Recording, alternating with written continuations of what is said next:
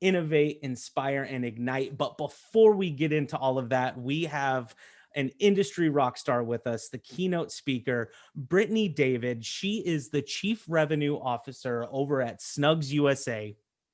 She is huge in the industry. She just completed a 5-year term on the industry's PPAI board of directors and has been serving as a chairperson since 2019.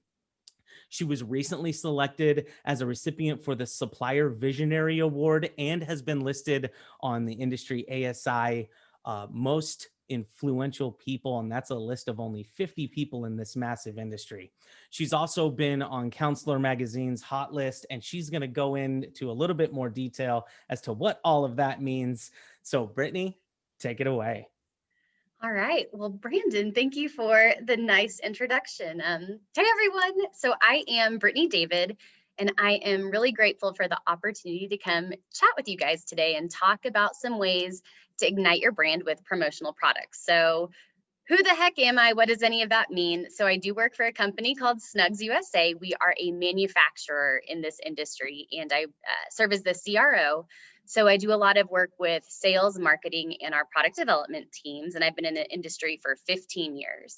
So I have my master's in advertising specialties certification.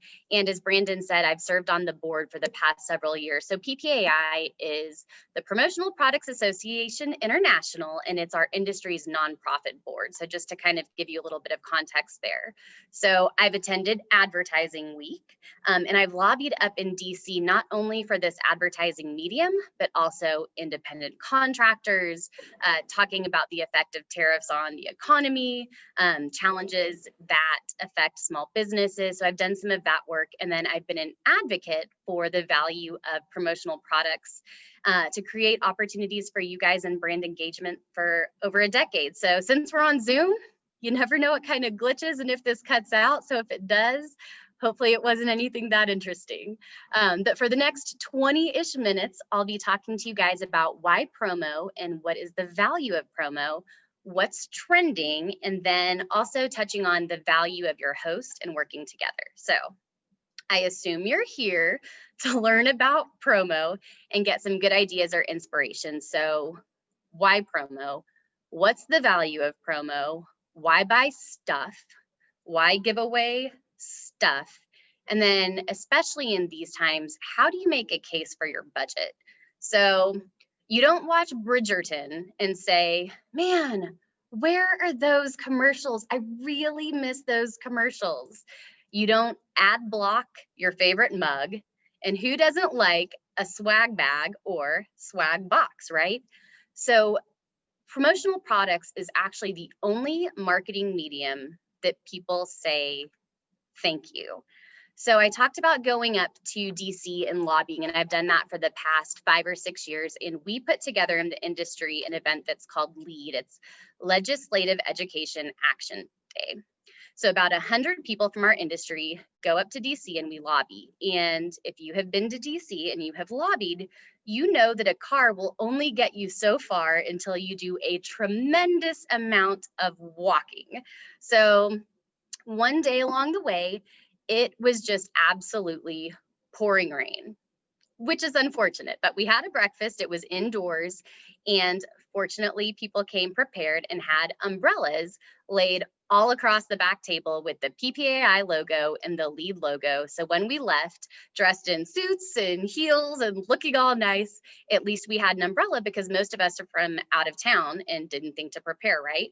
So Paul, who's the CEO of the association, and I were in line, and the lines to get into the Capitol are super long. And if you can imagine, as it's raining, they're even longer because it takes a longer time to get through security. So we're making small talk with the guys that are in line in front of us, and they were there for some kind of agricultural meeting, and they had asked us what we do. So we got into the talk of what we do, what we represent, what we're there to talk about, and we noticed that they did not have an umbrella. Well, we were wise enough to take the last 2 that were on the table before we left and put them in my gigantic bag. So they picked them up and they look at the logo. They're like, oh, PPAI, that's what you do. Thank you. And we're looking at ourselves, we're like, exactly, that is why we were here, to talk about the power of promo. So promotional products are welcome in places and spaces that no other advertising medium can touch. And they deliver pass along rates that are the envy of the advertising industry. So I talked about going to Advertising Week, and I don't know if any of you have been fortunate enough to attend, but they have great speakers. They talk about what's trending. You get to hear about big brands and case histories. So I sat down and I was interviewed by Josh Golden, and he's with Ad Age Magazine. He knows us, he knows PPAI, he understands promo, he is an absolute advertising guru. He's been to our huge expo, and he's a really, really nice guy. So anyway, we go to sit down, and he could not stop talking about the pens that he got from PPAI the year before. And it's so funny, a pen, right? Something that you can buy absolutely anywhere, but the pens that he had with the PPAI logo that have stuck with him for the past year. So we brought him a really nice leather bag with PPAI on it, really cool leather pad folio, more pens, and a power bank. And he's opening up this bag as we're on camera, and he truly was just so excited and elated for this gift that we gave him. And that's what we were there to talk about. And it's so interesting as you talk about these genuine case histories and promo and action and the emotion that elicits from people, because you can't fast forward a t-shirt. You know, it's a medium that's not only welcomed, but it's a medium that people actually crave. You know, who doesn't like gifts? So for all of you who are thinking, hey, stories are nice, but give me some stats, I need some data, especially to support my points. Here's some research that PPAI had collected. And one thing is, how do buyers use them? So how are your peers using promotional products? And 79% say they use them in standalone campaigns. So it is just product given to somebody. 72%, and this is an interesting number, will use them with social media. So think about people taking a picture with what they received, and then maybe creating a hashtag and maybe making it go viral or adding it to stories so that that message lives on and more people can view it. 60% will use it with email. And what's interesting, a few weeks ago, I don't know if you guys are in the same boat as me, but I feel like I've gotten all of this spam, and I'm sure people are just in the grind right now of trying to drive up whatever business they can. But I've gotten all of these emails of, hey, reach out to me for help with X, Y, and Z. And it's like, next, I'm busy. Next, I'm busy. Well, I got this one email, and somebody had clearly stalked me on LinkedIn and said, Brittany, please set aside 30 minutes just to chat, and I will send you an A&M sweatshirt. And Brandon and I actually both went to A&M, so gig 'em. But I had mad props for this person of being creative, someone who clearly was just fishing, but had done some research and created something that I wanted. So I forwarded it to our marketing team. They actually did meet with them, and they got a sweatshirt, not with the A&M logo, but with the University of Utah, which I thought was pretty creative, but an interesting way to connect the two. 58% will use them with the internet, and 54% use them with sales promotions. So think coupon, think gift with purchase. So it's interesting that you can do a campaign standalone, but you can also incorporate it with a lot of other different mediums. So why do your peers use them? It's value. 96% will say that promotional products are effective. It's a pretty high number. 84% will say that they're moderately to extremely effective. So now about consumer findings, if you're talking about who the base is that you're potentially trying to reach. Now, this research was done, it's pretty interesting, not only with with consumers as a whole, but they've also segmented out millennials, because us millennials apparently have different behavior and you want to market to people differently. So I'll give you kind of the flip side of both of these. So when given a promotional product, 79% of this entire group said that they researched the brand. 87% of millennials researched the brand, which is super interesting. 83% are more likely to do business with the brand, and 88% of millennials are more likely to do business with the brand. I mean, that is so powerful that people are saying, once I got an item, I actually looked it up, and then I was encouraged to do business. And that's the whole point of this, right? 80% like receiving them, and 70% want to receive them more often. So where do people have them? 48% keep them on or with them. So think apparel, think tech accessories, think bags or stuff you would put in a bag or purse. 48% actually keep them in their kitchen. 34% keep them in a vehicle. And what's really interesting to me is 32% keep them in their bathroom. So I don't know if we're all just going to the dentist and getting toothbrushes and floss and lip balm to be able to keep with us. But I thought that that was a really interesting spot that wouldn't be so obvious of where people keep products with logos. And nearly 1 in 3 millennials use them at all times. So 99, I don't know if, unless you have a group of like 1 to get 100%, but 99% of consumers will go out of their way to grab a promotional product. 99% who receive them keep them, and 74% says it makes their experience more memorable. So as things start opening up and everybody really wants to get back together and we're having more trade shows and events, 3 in 4 people are saying that the item that you give them helps them remember that experience and carries it forward. So think about that as the year goes along. 58% keep the product for 1 to 4 years. Now, if you think about that, if the product is used once a week, that's 52 impressions a year or 208 impressions, and that's on the low end.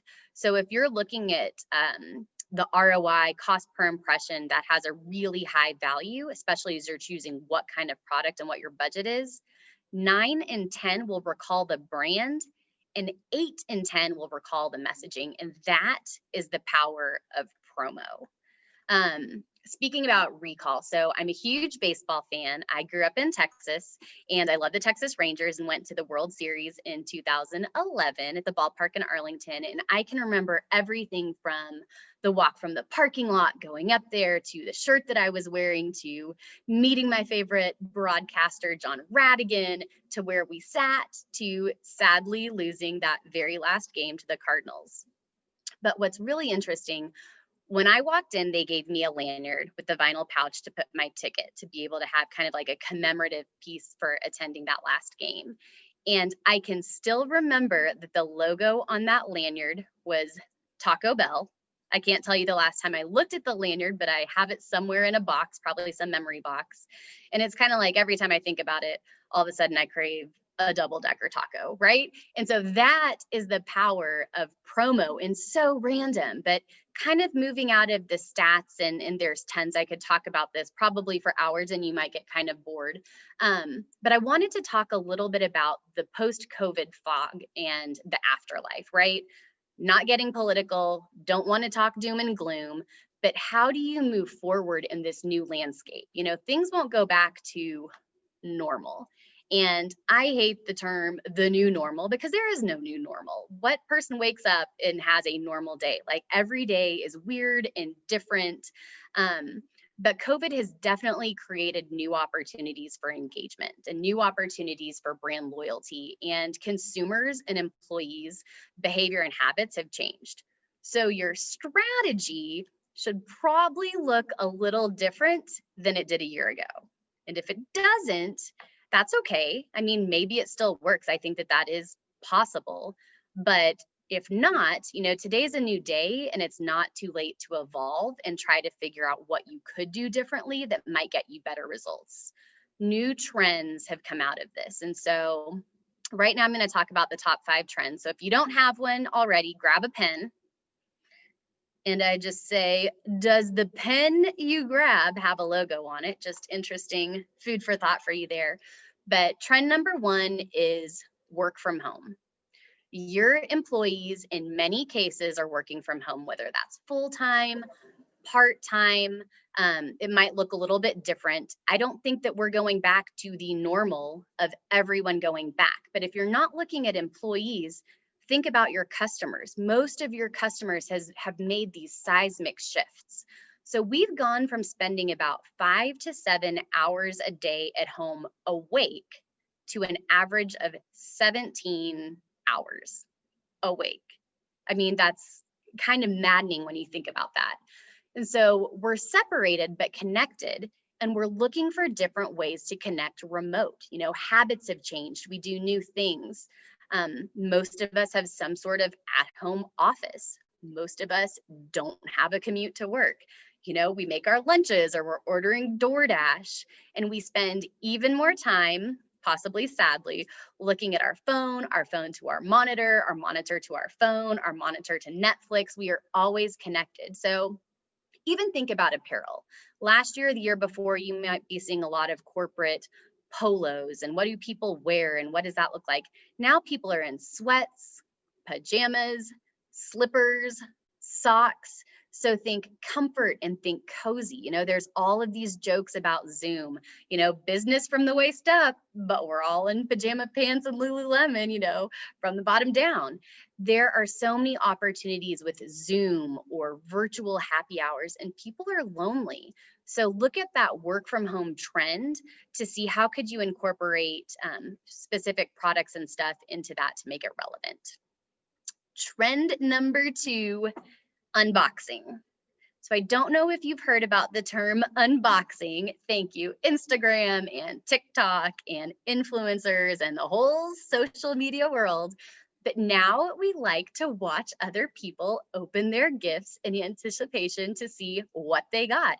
And then we like to show other people real time what we got too. It is this crazy phenomenon of what's in the box. So presentation matters, quality matters, and what's in the box absolutely matters.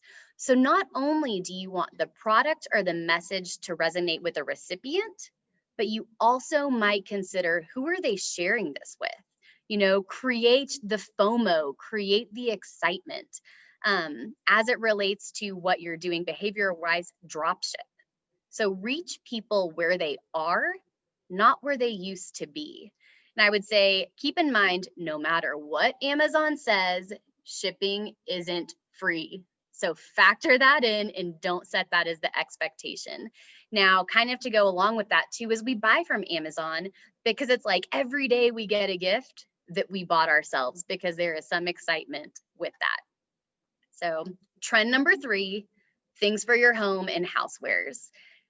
I don't know if this was always top of mind as you were navigating what types of products to buy, but as we talked about, work from home, people are home 17 hours a day, awake, at home. And people are particular with things they put in their house. So think quality, think retail trends, possibly retail brands. And also, if someone's going to have something visible in their home, sometimes you might want to go a little bit more subtle. So not just the product itself, but think tone on tone imprints, think smaller logos, think creative design. So this is hilarious to me. I hope it's funny to you, but dish towels, right? Like, I don't know the last time someone be like, give a promo dish towel. But at the beginning of the COVID and quarantine, I got this, don't leave the dishes in sink from my cousin. And I thought it was hilarious. And I'm a big NSYNC dork and love Justin Timberlake, right? And then a few weeks later, I got another one of don't leave dishes in sink. And then for Christmas, a family member also bought me one more don't leave dishes in sink, right? And it's hilarious and it's memorable. And I shared it all over Instagram and we had texting stories going back and forth. And that is absolutely a promotional product with a logo on it. You can do so many creative things that are fun and memorable. So create that buzz, but think aprons, think cutting boards, think mugs, think of things that are practical and useful that people are going to use or see day in and day out in their home as you're thinking about impressions and connecting to people. And again, meet people where they are. So trend number 4, don't throw things at me. I know I am virtual, but trend number 4 is PPE. I know we are so over PPE, but PPE is still relevant and it's still important. And I'm not going to get into the politics. Everybody has their own opinions. But there's a reality there, whether you're in it or out. And masks, I mean, how many masks do you have, right? There's the work mask, there's the mask for errands, there's the mask for the gym, there's the trendy mask, there's the comfortable mask, there's the mask in your car, there's the mask in your purse, there's the mask in a diaper bag. There's masks everywhere, but no matter how many you have, it's almost like you just can't find them and you never have enough. There is still space there for masks that people are wearing, and everybody else is seeing them when they're out in public. And then the hottest product of 2020, still going strong, is sanitizer. And full disclosure, my company manufactures sanitizer in the US. I went home, yes, USA made sanitizer. Thank you, pandemic. We were able to give a lot of help to people, so that was pretty awesome. But I went home for the holidays and my parents' friends were asking me, please send us more sanitizer. It's something that people still want. And as people go back to work or as events open up, people expect it. They expect you to keep them safe. And it's something that shows you care about them and their well-being. So in that whole category of PPE, there's tons of products, there's tons of new products coming out, but I think we're a lot more concerned about our hygiene and personal space than we used to be. So PPE still for the win. And then trend number 5, personalization. Put their name on it. When you put somebody's name on it, they have this sense of ownership of, it's mine and you thought of me. And again, as events start opening up again and we all have the same thing, you're probably a little bit more aware of the cooties and who has touched this and I don't want to drink after somebody else. It's also a lot harder to get rid of something with your name on it because you have a sense of ownership. So kind of segueing out of the trends as we're getting to a close is I really wanted to reinforce the importance and alignment in who you buy from. So why buy from a consultant, right? Well, first of all, they're a professional. This is what they do for a living. You know, COVID times, I have this big, hairy ragdoll cat, and I decided to take some scissors out and start trimming his hair because he was getting a little scrappy. And it looked like I was a parent doing like homemade bang cuts for a 2-year-old. So point being, go to a groomer, go to a professional. That is why you pay them, right? They create value. They have better resources and a much bigger network. They save you time. They can help with design. They can help with creativity. They can help you curate products to actually fit your strategy. A lot of the research that I cited earlier, they have access to that. So they can take what your goal is and truly take kind of the proof is in the pudding to help you achieve the results that you want. And they want to make you a hero. They want to make you look good and they care. You don't get that from just online. You know, price should be the deciding factor when the value equals 0. So I'll say that again. Price should be the deciding factor when the value equals 0. You know, I hate to expose secrets here, but you can buy pens off of Amazon, right?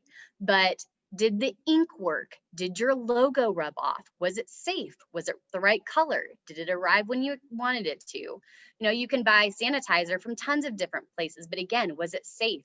Did it smell the way you wanted? How was the texture? Where was it made? Is it compliant? Does it meet FDA regulations? There's a lot of stuff that could or should be important to you that you might not be able to find just through a computer screen. So there is so much value there to make sure that you align with the right people. And I would also just really emphasize, set some goals. And whether you set some goals with your consultant and host, or if you have them, bring them into the picture. What are you trying to achieve, right? Who are you targeting? And is your goal clear? What's your budget? And budget isn't a game. If you're playing the price game, you have already lost. And how are you tracking your results? And how do you know if you're successful? You've got to determine what your ROI is to prove that this is working for you. So just kind of wrapping up and in closing, you know, enjoy the exhibits, find some new ideas. And I would say challenge the people that you speak with to go beyond product and find a solution. Tell them your goal, tell them what you're looking for. And then afterwards, go through and strategize with your host. So hopefully you guys got a few little tidbits on this to kick off the event. Good luck today, and thank you for listening to my TED Talk. And I hope your year is off to an incredible start.